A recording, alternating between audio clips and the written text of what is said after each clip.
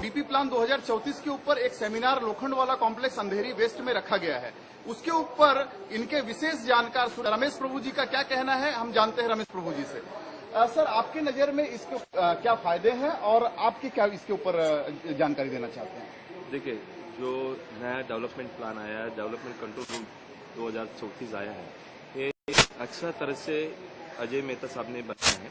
जो अभी तक 1991 का जो डीपी था या डीसीआर था, उसको जैसा डेवलपमेंट संशोधन करते करते अच्छा था। जैसे कि एक बेसिक एफएसआई 1 था, उसके ऊपर टीडीआर 1 था, फिर फंजिबल एफएसआई 0.7 था। इस तरह से 2.7 तक जो मिलता था, उसी को बेस लेते हुए तो नया डेवलपमेंट प्लान में बदल किया। और दूसरा इसके जो अच्छी चीज है कि यदि जब हम जमीन गवर्नमेंट को रोड वाइडिंग में या गार्डन के लिए हैंड ओवर करते, पहला हमको उसके ऊपर एक ही एफएसआई के हिसाब से टीडीआर मिलता है। अभी इसके ऊपर 1 एफएसआई भी करके 2 एफएसआई मिलता है, जिसको टीडीआर के हिसाब से हम उधर ही वापर सकते हैं या बाहर वापर सकते हैं। और दूसरा बहुत इंपॉर्टेंट चीज जो है, वो जो प्लॉट पहला जब हम हैंड ओवर करते थे, उसके ऊपर सिर्फ को टीडीआर मिलता था।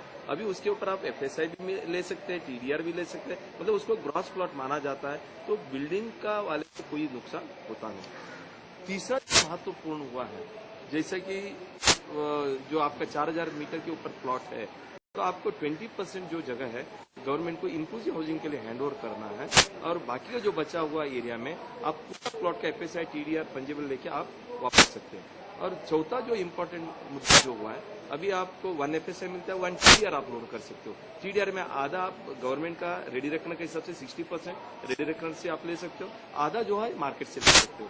यदि आप जब मार्केट से लेते हो उसका भाव ज्यादा पड़ता है, तो बचा हुआ आधा जो है आप गवर्नमेंट से 60% का रेडी रखने से देके ले सकते हो। और ओपन स्पेस का पहला जो 1/3 बिल्डिंग की जो हाइट है उसका 1/3 छोड़ना पड़ता था, अभी बिल्डिंग की हाइट का 1/4 छोड़ना पड़ता है। मतलब ओपन स्पेस का जो प्रीमियम वगैरह ज्यादा लेते थे, अभी उसको होगा, और ओपन स्पेस का जो रिक्वायरमेंट है वो कम होगा। दूसरा, कार पार्किंग में थोड़ा सा रिस्ट्रिक्शन ज्यादा डाला हुआ है।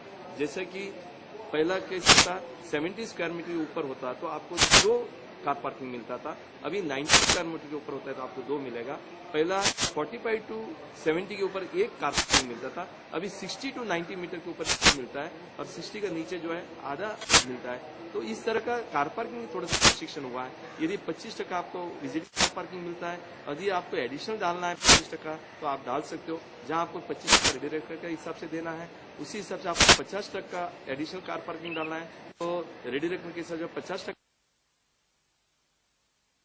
और यदि 100% कार पार्किंग बढ़ाना चाहते हो तो 100% रेडी रखने के हिसाब से यह प्रीमियम देना होगा।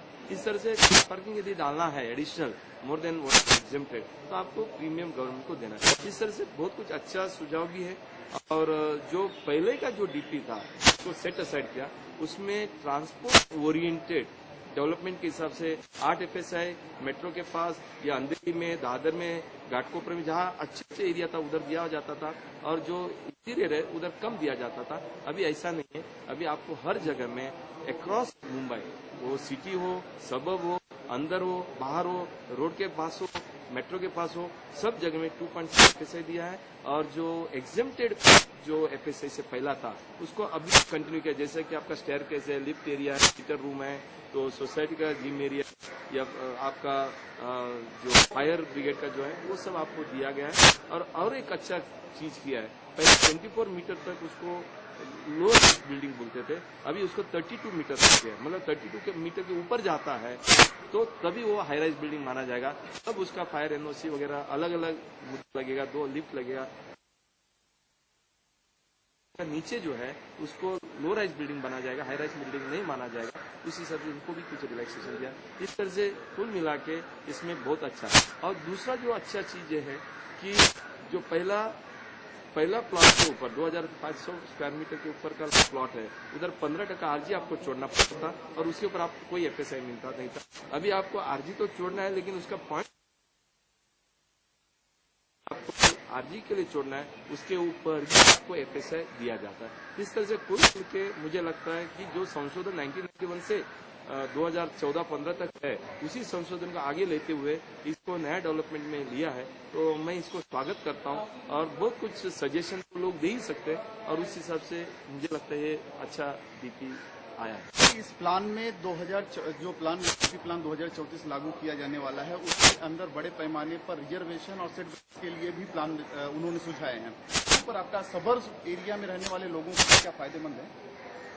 जैसे कि बहुत कुछ आप जो बता रहे हैं वो सही है, मैं डाला हुआ है, ये स्वागत कारक है। क्योंकि पहले जब सेटबैक गवर्नमेंट को दिया जाता था उसके ऊपर आपको बेनिफिट नहीं मिलता था, आज आपको डबल बेनिफिट मिल रहा है। इसके लिए लोग सामने से आएंगे।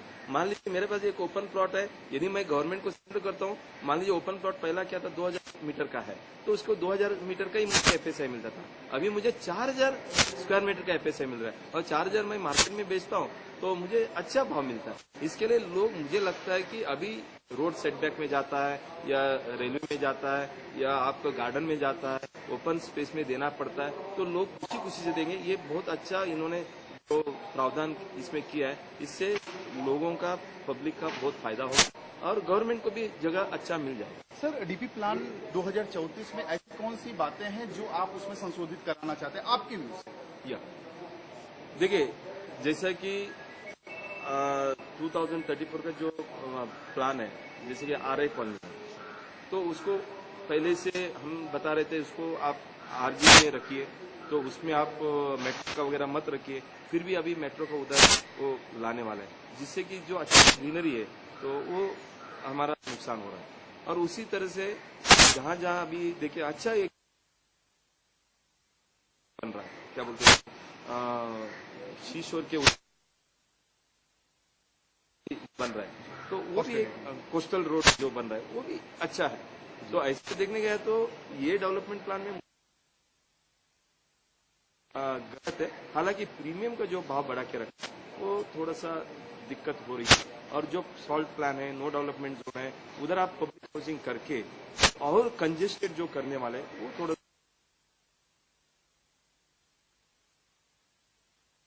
तो मानना है अजय मेहता साहब का कि ये कॉमर्शियल कैपिटल, इधर 5 FSI नहीं देते हैं तो और नुकसान। इसको इंटरनेशनल फाइनेंशियल सेंटर बनाना है, कॉमर्शियल कैपिटल बनाना है, तो कॉमर्शियल बढ़ना चाहिए, इसलिए उधर 5 FSI का दिया है। और पंजीबल एफएसआई उधर 30% दिया। पहले 20% था, अभी 30 दिया। मतलब कॉमर्शियल को ज्यादा बढ़ोतरी उधर दे रहा है। उसी हिसाब से घर के लिए भी जो उसी तरह से एफएसआई बढ़ा के देना है वो नहीं दिया। और दूसरा जो इन्होंने जो किया, ये जैसा कि स्लम है, स्लम वाले का आप घर देते हो जा रहे हैं और स्लम का जो बर्डन है